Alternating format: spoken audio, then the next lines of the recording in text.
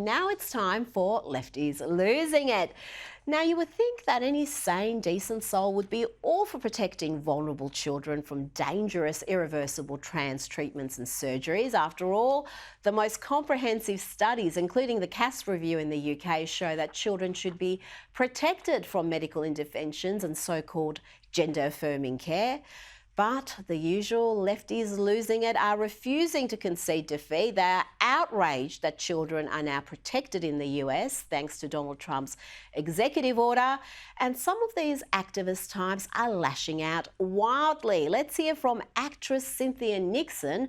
You'll remember her as Miranda from Sex and the City. Her character was pretty boring, but in real life, Nixon is a hard-left Marxist type who is all in on the trans movement. Most importantly, I am here today as the mother of a proud trans man. Yeah.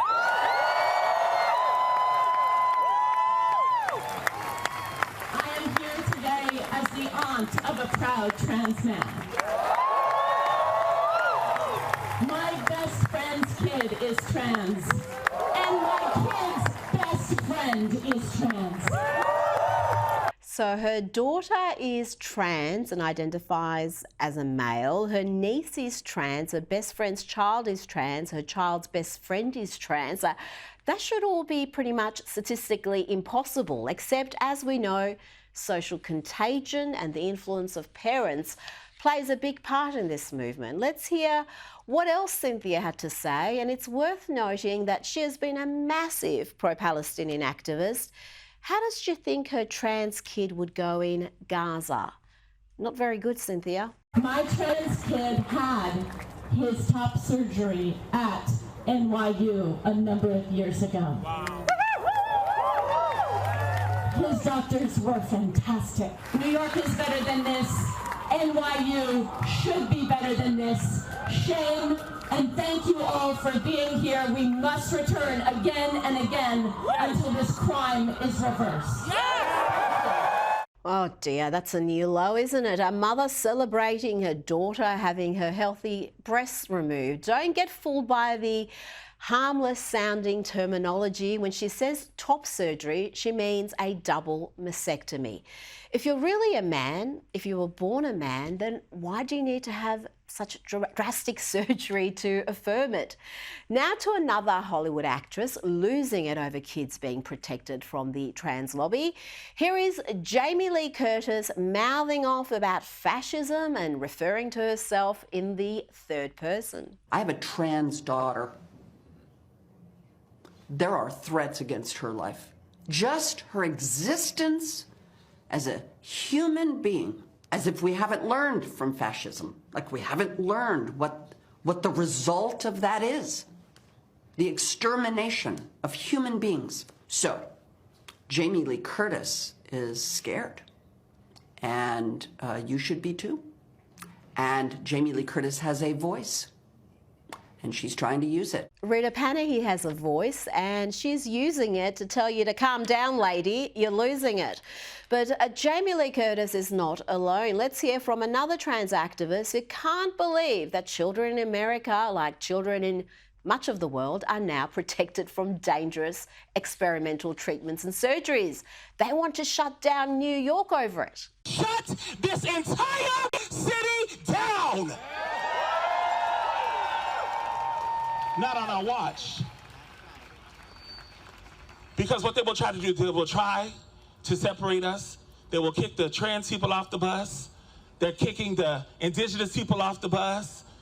They're kicking our intersex community off the bus. Our Two-Spirit Plus family, they're kicking them off the bus.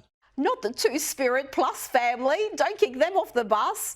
What are you going to do about it, dude? We are a community that is made and has been woven with the fire and the spirit of revolution. Revolution! Revolution? Ooh, that sounds a little bit insurrection-y to me, but you do you, love. Now let's hear from this young man who has a very important message to impart.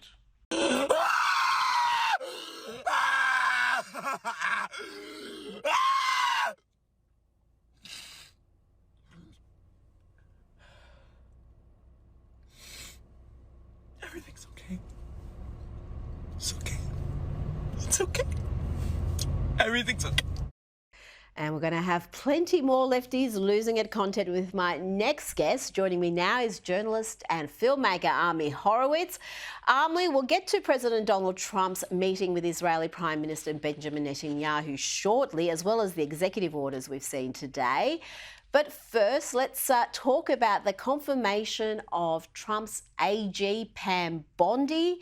She is a firecracker. Here she is with Adam Schiff. Can I answer the question? Well, my question I would have plenty of staff. You said, of course you want. You'll be able to review Listen, hundreds I'm of not going to cases on the first mislead day? this body, nor you. All right, let me ask another question. You don't want to answer that. Let me answer You were another question. censured by Congress, Senator, for comments just like this that are so reckless. I like the cut of her jib. Ami, what sort of an Attorney General will Pam Bondi be?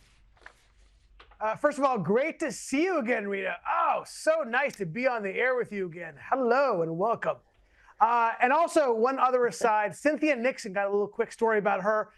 When I had a kid and we were at the park and we sat on the bench next to her and her child stole my daughter's string cheese. So just want to put it out there. Cynthia Nixon owes me and my child some string cheese. Yes, I know. She's a dairy thief. She is a dairy thief. I know. I could see that from a mile away. So Pam Bondi, what do we think? Yes. Look, I think she's going to be great. She'll do a great job. I think that, first of all, I want to say John Fetterman, hats off to him again. As I've said before, I'm a Fetterhead, the only Democrat to vote for her. And I appreciate that. Look, at the end of the day, the DOJ, the Department of Justice, was politicized and weaponized to an extent we haven't seen in recent history, maybe ever. I think she's going to bring law and order back to that office. I'm looking forward to that. I think, first of all, and most importantly, she's going to use and follow the laws on immigration, the most important thing she needs to do in that job. I think also importantly, let's be honest, she's not Matt Gaetz. Sorry, not a fan. I think he was a terrible choice. I'm so glad he stepped down. I think she can do a great job. Is she a fierce loyalist of Donald Trump? Yeah, probably. So what? I mean, look, Kennedy put his brother as Attorney General, right? Obama had his brother from another mother, Eric Holder, as Attorney General. I don't really see a problem.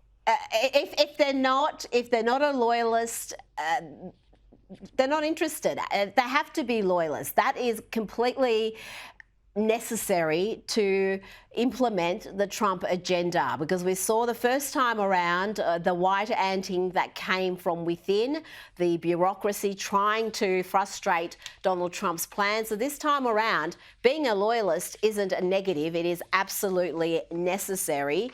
Now let's talk about President Donald Trump's executive orders today, withdrawing the United States from the UN Human Rights Council. There's a review of UNESCO, UNRWA. Let's have a listen. In light of numerous actions taken by a number of bodies of the United Nations, which exhibit a deep anti-American bias, we have an executive order prepared for your attention that would withdraw the United States from the UN Human Rights Council, would withdraw the United States from the UNRWA, which is a refugee organization, and would also review American involvement in UNESCO, which has also exhibited anti-American bias.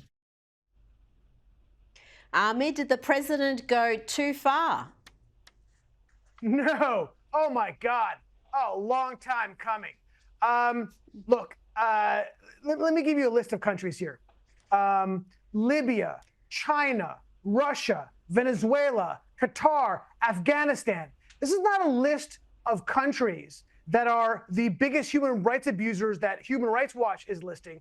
This is a list of countries on the Human Rights Commission today, okay? These are the people, the biggest human rights abusers in the world are on the commission that's policing human rights. Look, I did a movie on the UN. I spent 5 years completely engrossed in the UN. I made a movie called You and Me. I traveled around the world to UN facilities, okay? If there's one thing I know, it's the UN. And let me tell you, it is worse than we think, way worse. Look, the Human Rights Commission and now the Human Rights Council is an absolute morally bankrupt joke. We have no business being a part of it. I went to a Human Rights Council conference in Geneva once. Actually took it over and took the stage and gave my own speech right after Ahmadinejad, who was the keynote speaker, the head of Iran, murdering people, trying to destroy Israel, hanging gay people. He was the keynote speaker for the Human Rights Council. Look, UNRWA is worse, way worse, okay? Real quick, UNRWA, the UN Relief Works Agency, was established in 1949.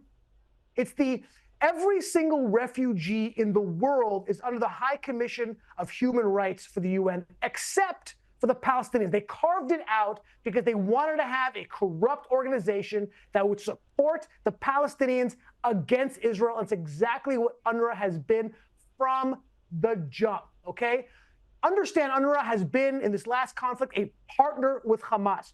UNRWA has allowed its facilities to hold Israeli hostages. UNRWA has allowed its facilities to be used to bomb Israel. I have a video where I shot a video on UNRWA where you see them, I shot them when they're taking missiles and putting it into a UNRWA ambulance so it can get through unmolested.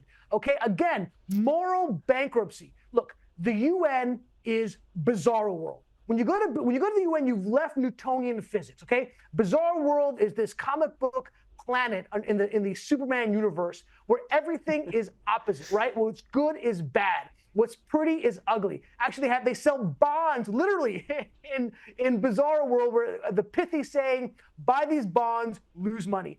That's exactly what the UN is. And thank God we are leaving these bodies. And of course, Biden, we left these bodies during Trump won.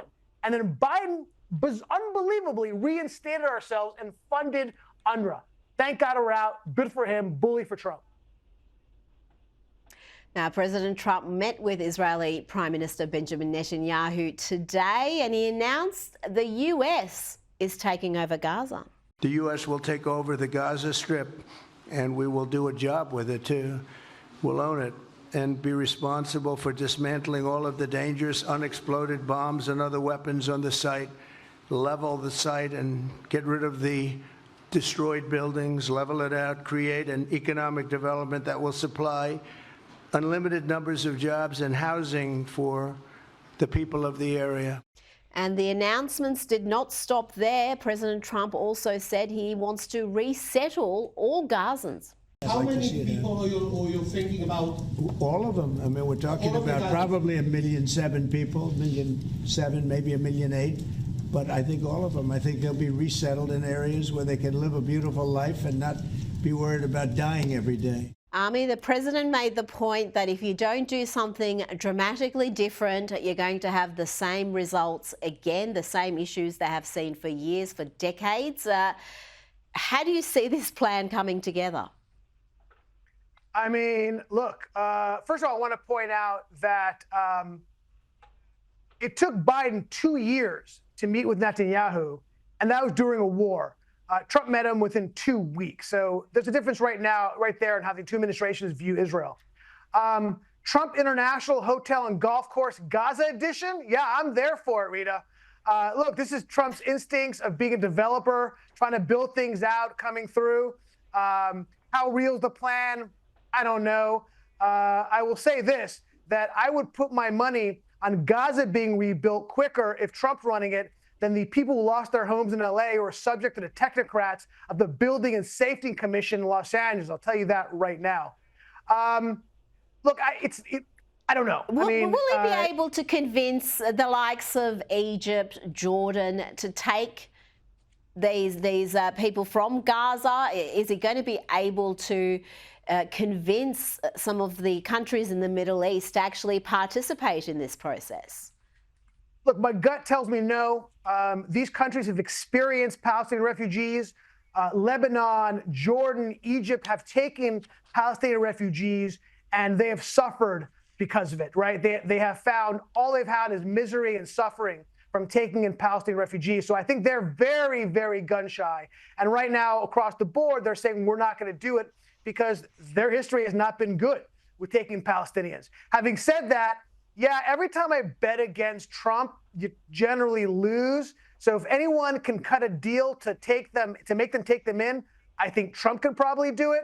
But we'll see. I think, look, the Palestinians have to understand. Do I feel sympathy for the Palestinian people? I do, to a certain extent. But at the end of the day, play stupid games, win stupid prizes, okay? There's a price to pay when you spill Jewish blood. I think the Palestinians have now realized it. They're going to remember this for generations. So at the end of the day, look, it sounds like this is kind of, Trump free jazzing it a little bit. It seemed like the Netanyahu government was kind of taken by a little bit by surprise by it. We'll see how it all plays out. I think it's interesting. See what happens. Well, President Trump was also asked if the US will support an Israeli strike against Iran. Let's hear what he had to say. President Trump Israeli strike on Iran. We'll see what happens.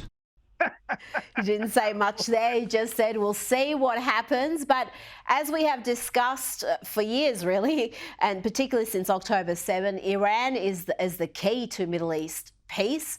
Is Donald Trump going to be able to use economic coercion like he did in his first term to bring the regime under control? Yeah, absolutely. I mean, again, talk about a departure from the last administration. Let's not forget that in April, 300 drones and missiles were raining down across Israel by the Iranian regime. And what was Biden's response to Israel? Don't escalate or you're on your own. How callous can someone be when it comes to Israel's safety? Trump is the opposite of that, right? Trump is saying, you do what you got to do, take care of business. And I appreciate that. And he's there to help Israel where he can. Yes, of course, he's going to use massive amounts of economic sanctions. He's going to bring them to bear, as opposed, again, to the Biden administration that gave Iran $16 billion to use as they saw fit. And what they saw fit was reaping havoc and terror, funding Hezbollah and Hamas and raining missiles down on Israel. So, yeah, I'm all for it. I think, finally, Israel has an ally in the White House, and they're going to take care of business. Now, ending on some lighter news, President Donald Trump was also asked about his predecessor, Joe Biden, signing with a top Hollywood talent agency. What do you think about Joe Biden signing on with a talent agency? You got to be kidding. He signed on with a talent agency? He does. He's got some entertainment agents now. I think he's got bigger problems than that. I really do. I think he's got much bigger problems than that, but I wish him well. What will we see from President Joe Biden? Now, we're going to see a documentary in the Harry and Meghan style. How is he going to justify this new signing?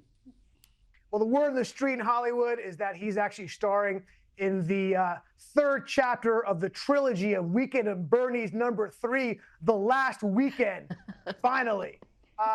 Look, he's been acting as president. Well, we've seen 4 years of that. He's been acting as president the last 2 years. Might as well monetize it and go to Hollywood, right? Why not? Army, we've seen 4 years of Weekend at Bernie's. I don't think we need any more reminders. Army Horowitz, thank you so much for your time tonight. Always a pleasure.